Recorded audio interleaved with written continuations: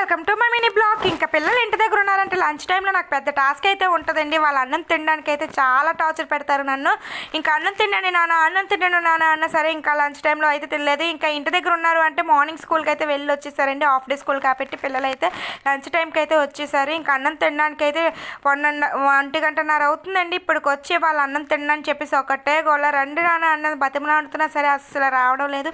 అదే school time అయితే ఇంకా మార్నింగ్ బ్రేక్ఫాస్ట్ కానీ మధ్యాహ్నం లంచ్ కానీ టైం టు టైం అన్నీ జరిగిపోతాయి. ఇంకా స్కూల్ హాఫ్ డే కాబట్టి ఇంటికి వచ్చి తినడానికి అయితే చాలా కష్టపడుతున్నారు. ఇంకా వాళ్ళకేమో ఈ కూర నచ్చలేదని చెప్పేసి ఒకటే గోల. కూర అయితే వంకాయ ములంకాడ అయితే వండాను.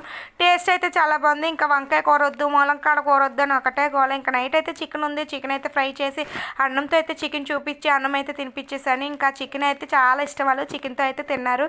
ఇంకా పిల్లలు అయితే తినడానికి చాలా మారం అయితే చేస్తారండి. ఇంకా సమ్మర్ ఒకటి వచ్చేసిందంటే, హాలిడేస్ వచ్చిందంటే ఇంకా టైం టు టైం అన్నది ఫుడ్ అయితే తినరు. ఇంకా వాళ్ళతో పాటు మనకైతే పెద్ద టాస్క్ అయితే ఉంటుంది. ఇంకా సమ్మర్ హాలిడేస్లో మనకు కూడా నా పిల్లలు ఎలాగుంటారా, మీ పిల్లలు కూడా ఎలాగ ఉంటారా కామెంట్ బాక్స్లో అయితే కామెంట్ చేసి చెప్పండి. అదే వీడియో నచ్చినట్టయితే లైక్ చేసుకొని కొంచెం సబ్స్క్రైబ్ అయితే